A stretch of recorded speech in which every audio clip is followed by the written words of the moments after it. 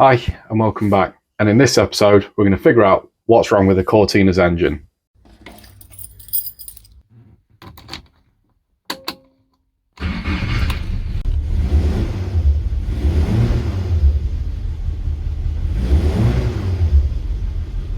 So last week, I found out that cylinders 2 and 3 were down on compression. When I put some oil into the bores, the compression went back up again, which signifies that there's a problem with the cylinder bores on those two cylinders.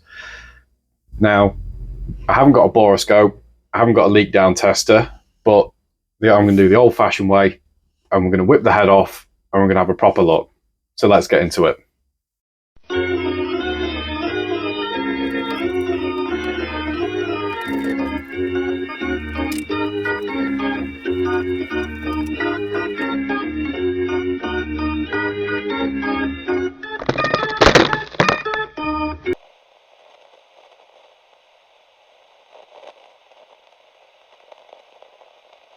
So whilst I'm taking that cylinder head off, I thought I'd give a bit of a history on this pre-crossflow that's in there.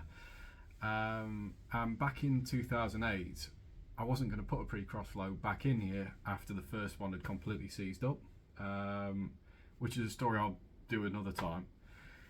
So I actually owned an ST170 and a Type 9 gearbox, and I was going to put a Z-Tech in it because I'd been to the Ace Cafe and seen a few Anglias and things with Z-Techs in and thought they looked really cool.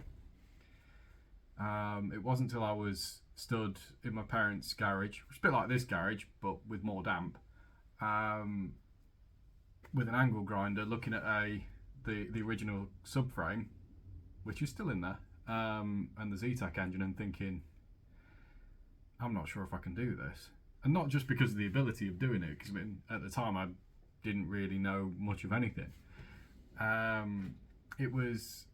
It just didn't look right, and that's it. I was looking at the rocker cover on the ST170 and thinking, I don't know if I think I like the look of it, and how it would look in the engine bay.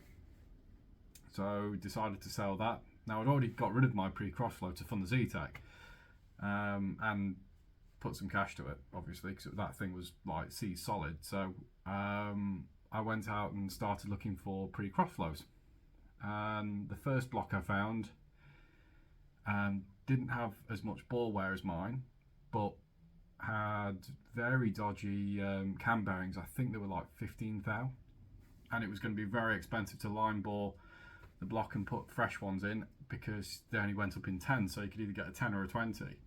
I couldn't get the 15 thou bearings at the time, so sold that.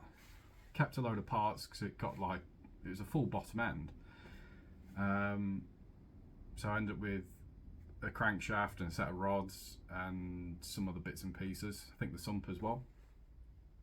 Then carried on my adventure, try and find more bits, and that's when I came across the block that's in there, which had come from a college locally, I think in Newark. So my dad went and picked it up because I was still living in Leeds at the time, and we had that sorted out.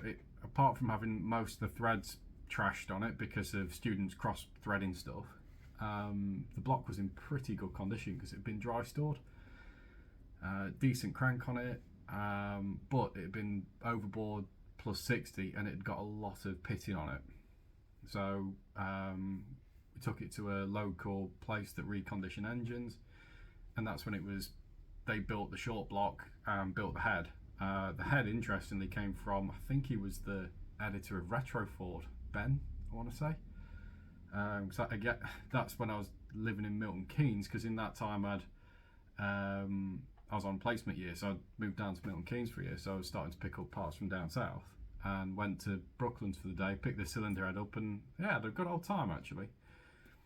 So that's basically it. We took the trash engine in bits and pieces. I've still got a spare crank somewhere, and knowing that I'd overboard it plus 90, that's why I've now got a stump block, because another block turned up, and so I've got 4 cylinder heads, 2 blocks, 2 cranks, minus what's in there. This is just spare stuff I've got lying around the house. So yeah, I've got plenty of bits to build another engine if I need to. But anyway, let's have a look what's under that cylinder head.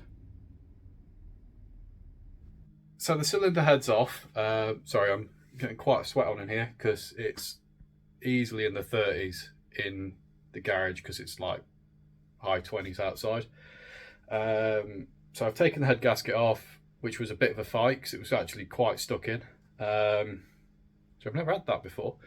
Anyway, so head off, gaskets off, let's have a look at the cylinders. So from the outset,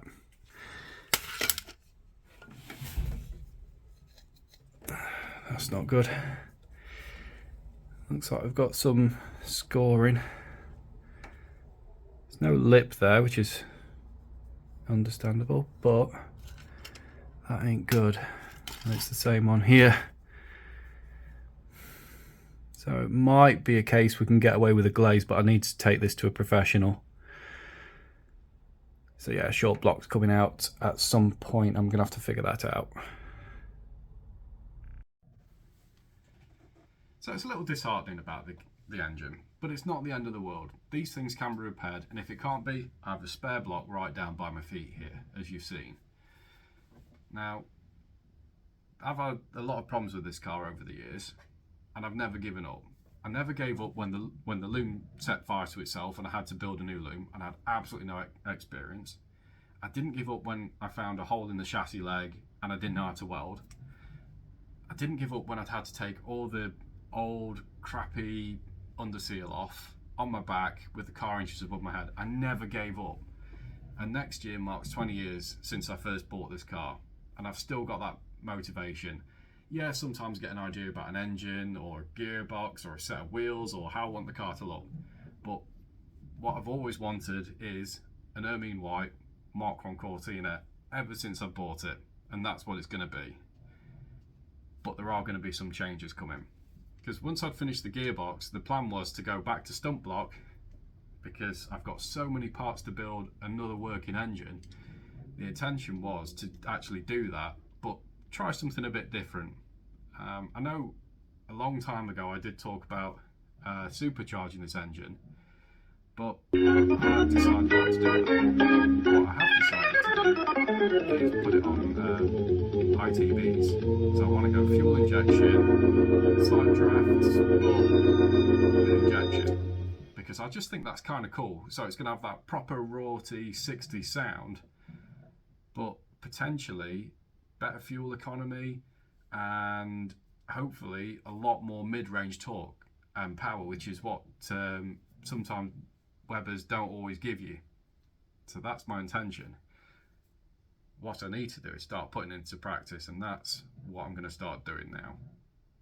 So I hope you've enjoyed that.